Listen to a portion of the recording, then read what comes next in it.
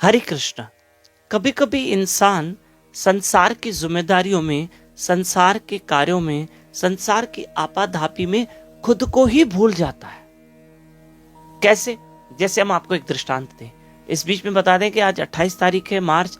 आज हमारी सत्संग पाचोरा शहर में है, रात को 10 बजे झूलेलाल मंदिर, सिंधी कॉलोनी, पाचोरा में। तो सुनिएगा, इंसान अपने आप को कभी कभी भूल जाता है कि मैं क्या हूं, मुझे इस संसार में भेजा गया है और मुझे ईश्वर ने क्यों भेजा है, मुझे क्या कार्य करना है, और मैं इतनी मेहनत किसके लिए कर रहा हूं, मैं इतनी भागा दौड़ी किसके लिए कर रहा हूं। इंसान कभी कभी खुद को भूल जाता है। बस सुबह से रात तक वही रूटीन, सुबह से रात तक वही रूटीन, वही रूटीन, वही रूटीन। कभी कभी तो इंसान अपने परिवार को ध्यान नहीं दे पाता, अपने बच्चों की तरफ ध्यान नहीं दे पाता। भैया, इतना भी संसार में मत खोना कि खुद के लिए समय न बचे और तुम खुद को ही भूल जाओ।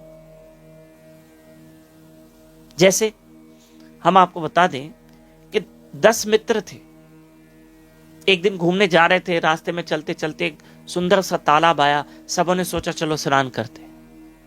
और जब सब स्नान करने गए, सबों ने स्नान किया, बाहर निकले तो उन्होंने सोचा भाई सब स्नान किया, हो गया सबका, बढ़िया। बोले बढ़िया। बोला देखो 10 के 10 बाहर निकले कि नहीं निकले, कि कोई तालाब में रह गया। बोला गिनो। तो गिने, 1 2 3 4 5 6 7 8 9। अरे ये तो 9 है, एक कहां गया, एक कहां गया। तो दूसरे दोस्त ने कहा चल एक बार मैं भी गिन लेता हूं, 1 2 3 4 5 6 7 8 9। अरे 10वां कहां? सारे दोस्त खुद को गिन ही नहीं रहे थे, बाकी सब 9 को गिन रहे थे। जो सामने 9 थे ना, सबको गिन रहे थे, खुद को नहीं गिन रहे थे। ये स्कूल के जमाने में एक हमने काल्पनिक बात पढ़ी थी, आपने भी पढ़ी होगी। 9 गिन रहे, खुद को गिन नहीं रहे। सब टेंशन में आ गए, सब हल्ला करने लगे, अरे हमारा एक मित्र डूब गया है, पता नहीं कहां चला गया, पता नहीं कहां चला गया। सब क्या कर रहे हैं? खुद को नहीं गिन रहे, बाकी दूसरों 9 गिने जा रहे।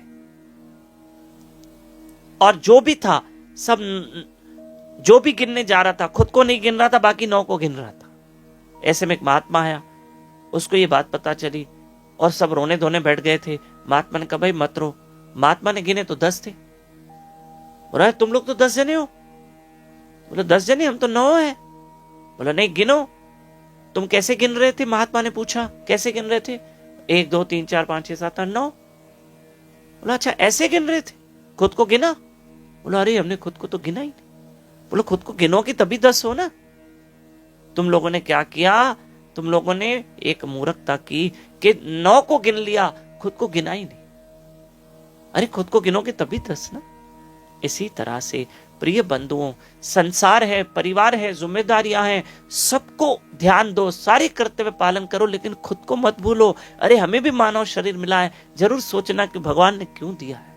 अरे ये कपड़े मिले तो कपड़े मिलने का एक कोई कारण है कि ये शरीर पे धारण करने हैं। भोजन मिला, अरे इसको खाएंगे तो पेट पूर्ति होगी, शरीर चलेगा। उसका अन्न का बनने का भी कारण है। अन्न हमारे पास मिला है, हमें प्राप्त हुआ है तो उसका कारण है। जल प्राप्त हुआ है तो उसका कारण है, ये पीने के लिए मिला है। कपड़े प्राप्त हुए हैं तो इसलिए कि ये धारण करने हैं। मनुष्य शरीर प्राप्त हुआ है तो उसका भी कोई कारण उद्देश्य है, और उसका ये कारण है कि मनुष्य शरीर इसलिए मिला है कि इसमें ही हरि भजन करो और इस परमात्मा को प्राप्त करो और मानव जन्म सफल करो। ऐसे नहीं कि खुद को भूल जाओ। खुद को तो भूल गए, और खुद को भूलने गए और ईश्वर को भी भूल गए।